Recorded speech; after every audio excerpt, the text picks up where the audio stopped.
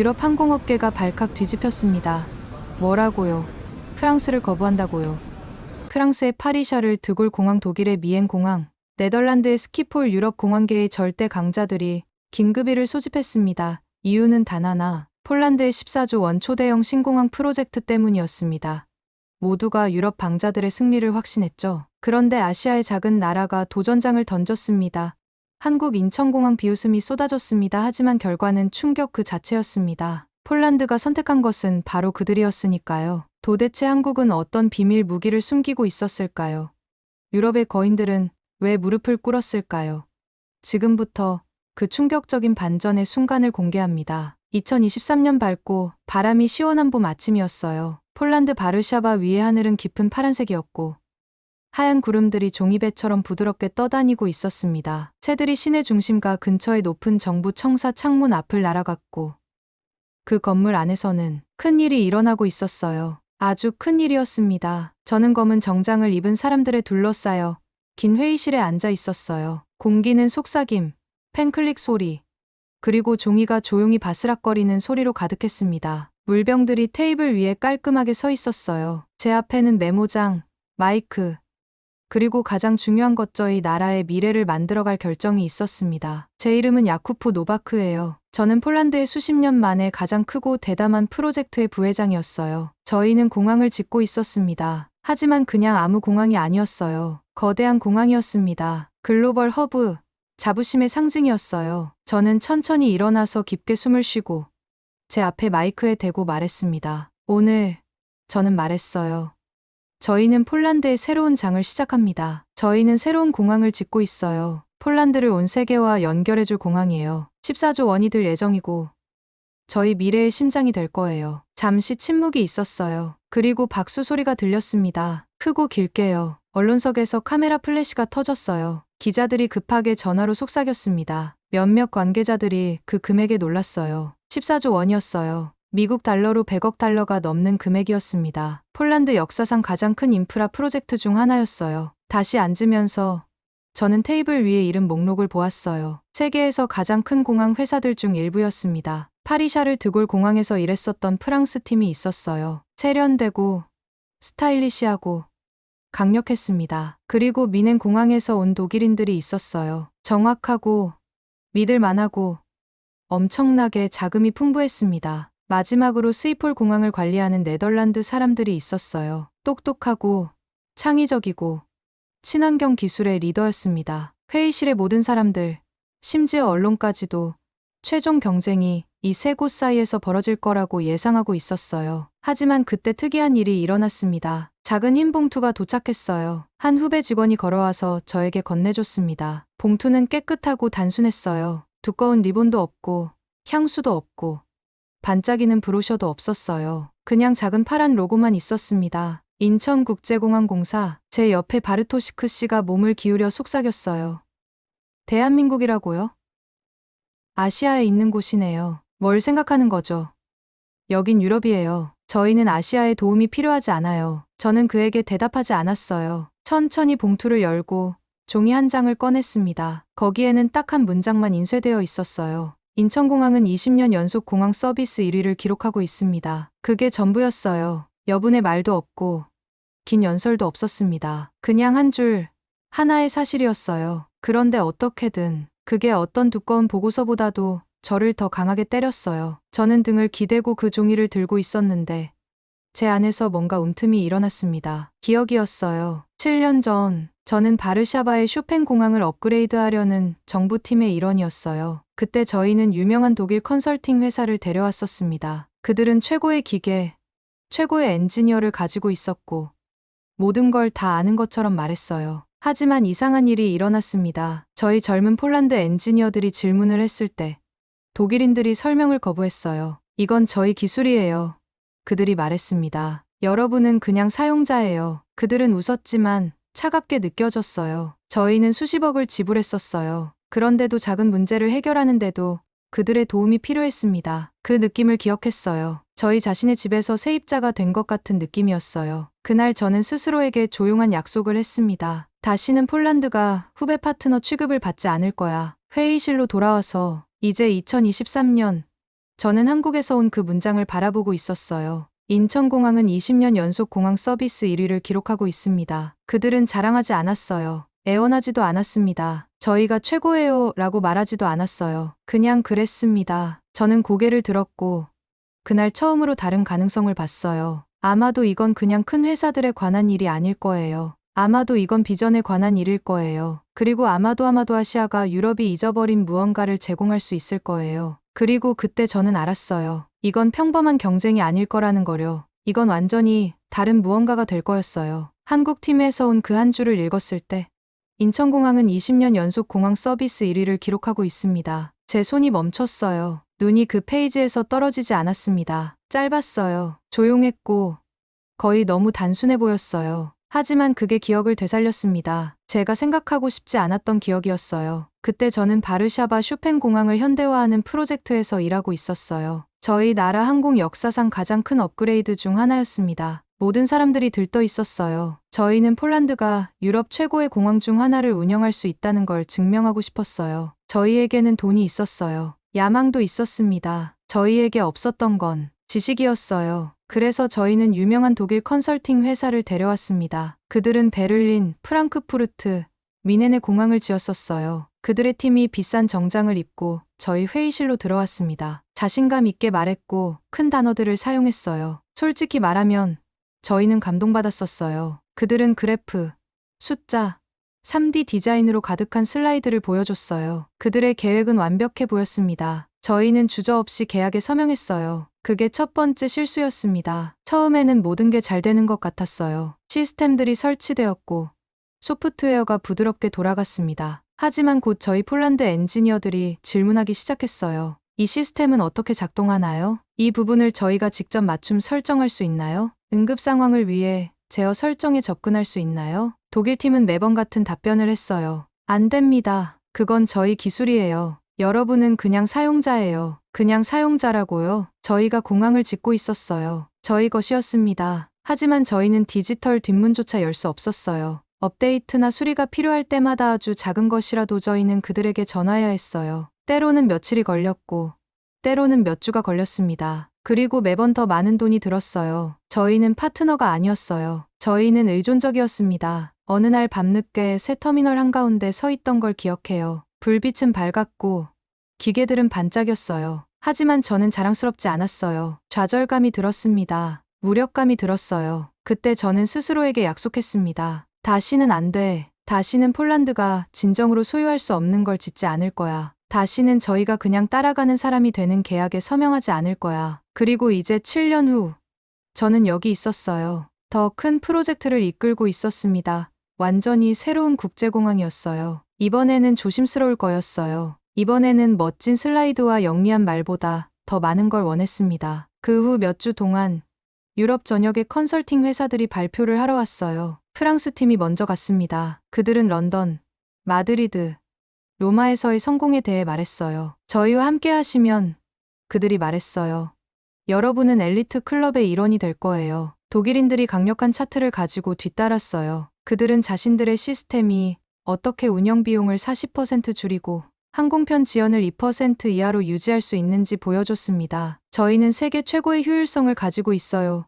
라고 자랑스럽게 말했어요. 그리고 네덜란드인들이 왔어요. 그들의 발표는 색깔과 디자인으로 가득했습니다. 공항은 예술처럼 느껴져야 해요. 라고 그들 중 한 명이 말했어요. 실내 정원, 미술관, 독서실 사진들을 보여줬습니다. 이건 터미널 이상이 될 거예요. 문화적 경험이 될 거예요. 회의실의 모든 사람들이 고개를 끄덕였어요. 감동받은 것 같아 보였습니다. 저도 고개를 끄덕였어요. 하지만 속으로는 뭔가 이상하다고 느꼈어요. 발표들은 세련되어 있었어요.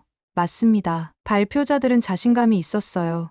맞습니다. 하지만 여전히 뭔가 빠져 있었어요. 그들은 모두 자신들이 뭘 할 수 있는지에 대해 말했어요. 저희가 뭘 필요로 하는지 말해줬습니다. 하지만 아무도 저희가 누구인지 묻지 않았어요. 아무도 폴란드에 대해 얘기하지 않았어요. 아무도 저희가 뭘 원하는지 묻지 않았습니다. 아무도 저희를 가르치거나 훈련시키거나 심지어 저희 말을 들어주겠다고 제안하지 않았어요. 역사가 반복되는 느낌이었습니다. 저희는 다시 아름다운 공항을 갖게 될 거예요. 하지만 여전히 다른 누군가가 그걸 운영해야 할 거였어요. 그 조용한 두려움이 돌아왔습니다. 저희가 또 그냥 사용자가 될 건가? 그때 마지막 팀이 들어왔어요. 그리고 일정표에서 그들의 이름 옆에 저를 멈추게 만든 단어를 봤습니다. 인천, 한국. 그리고 저는 생각했어요. 아시아에서 온 사람들이야. 유럽이 이미 제한하지 않은 걸 도대체 뭘 가져올 수 있을까? 하지만 제가 틀렸어요. 아주 많이 틀렸습니다. 왜냐하면 박상민 씨가 연단으로 걸어 나왔을 때 모든 것이, 정말 모든 것이 바뀌기 시작했거든요. 함께 걸어가요. 한국팀이 불려 나왔을 때 솔직히 저는 많은 걸 기대하지 않았어요. 회의실에서는 이미 모든 걸 봤었거든요. 반짝이는 애니메이션, 강력한 연설, 완벽한 통계들, 유럽 팀들이 모든 걸 다 보여줬었어요. 그래서 박상민 씨가 평범한 회색 정장을 입고 음악이나 비디오도 없이 무대에 올라왔을 때 몇몇 사람들은 심지어 혼란스러워 보였어요. 큰 서류 가방을 들고 오지도 않았어요. 카메라 크루나 조명을 가진 사람들이 따라오지도 않았습니다. 그냥 작은 리모컨을 들고 조용히 서 있었어요. 정중하게 인사를 하고 회의실을 둘러본 다음 차분한 목소리로 말했습니다. 안녕하세요. 대한민국 인천공항에서 온 박상민입니다. 그리고 클릭했어요. 뒤쪽 스크린이 밝아졌는데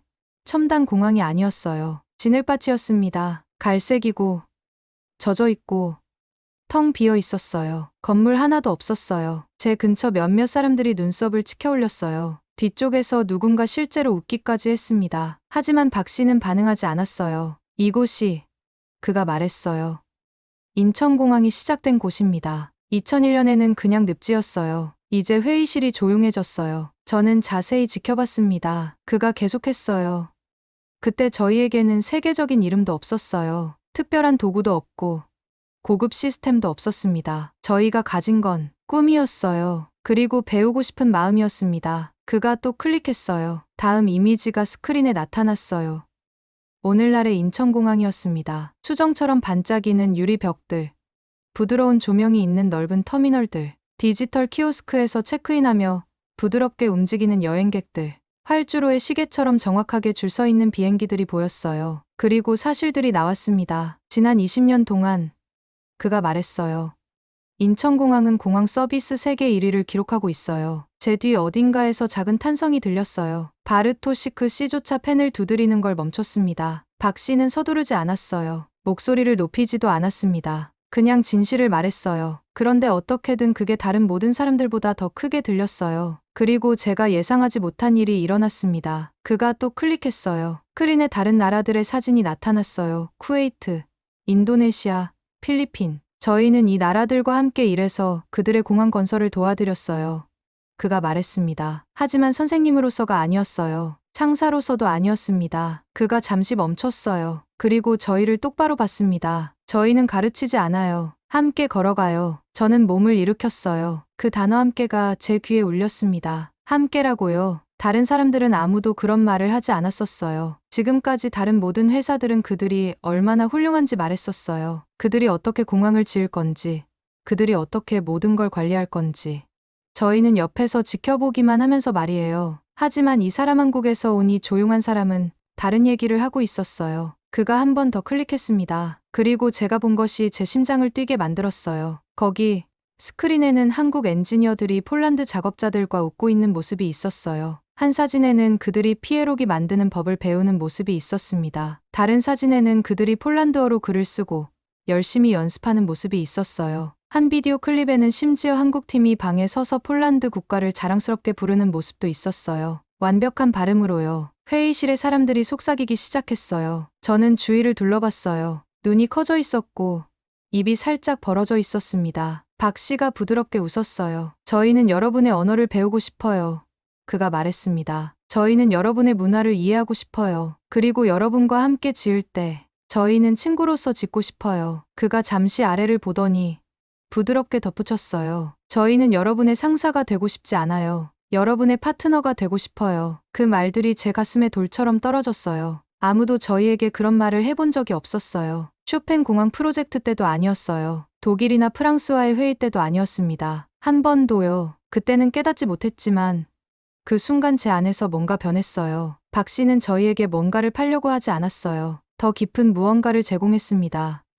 존중, 연결, 평등. 이 전체 과정에서 처음으로 저는 고객 같은 느낌이 들지 않았어요. 차트 위에 숫자 같은 느낌도 들지 않았습니다. 사람 같은 느낌이었어요. 그리고 저희 나라 폴란드가 마침내 인정받는 느낌이었습니다. 박 씨가 끝냈을 때 손을 흔들거나 다시 인사하지 않았어요. 그냥 잠시 가만히 서 있었습니다. 그리고 천천히 무대에서 내려갔어요. 회의실이 몇 초 동안 조용했어요. 처음에는 아무도 박수치지 않았어요. 왜냐하면 모든 사람들이 생각하고 있었거든요. 그리고 저는요, 머릿속에서 모든 단어를 다시 떠올리고 있었어요. 저희는 가르치지 않아요. 함께 걸어가요. 그건 그냥 슬로건이 아니었어요. 약속이었습니다. 그리고 마음 깊은 곳에서 저는 알았어요. 제가 가장 정직한 제안을 들었다는 거요. 그날 밤, 저는 잠을 잘 수 없었어요. 머릿속이 빙빙 돌고 있었습니다. 프랑스는 스타일이 있었어요. 그들의 공항은 아름다웠고 예술과 디자인으로 가득했습니다. 우아함을 약속했어요. 독일은 기계들을 가지고 있었어요.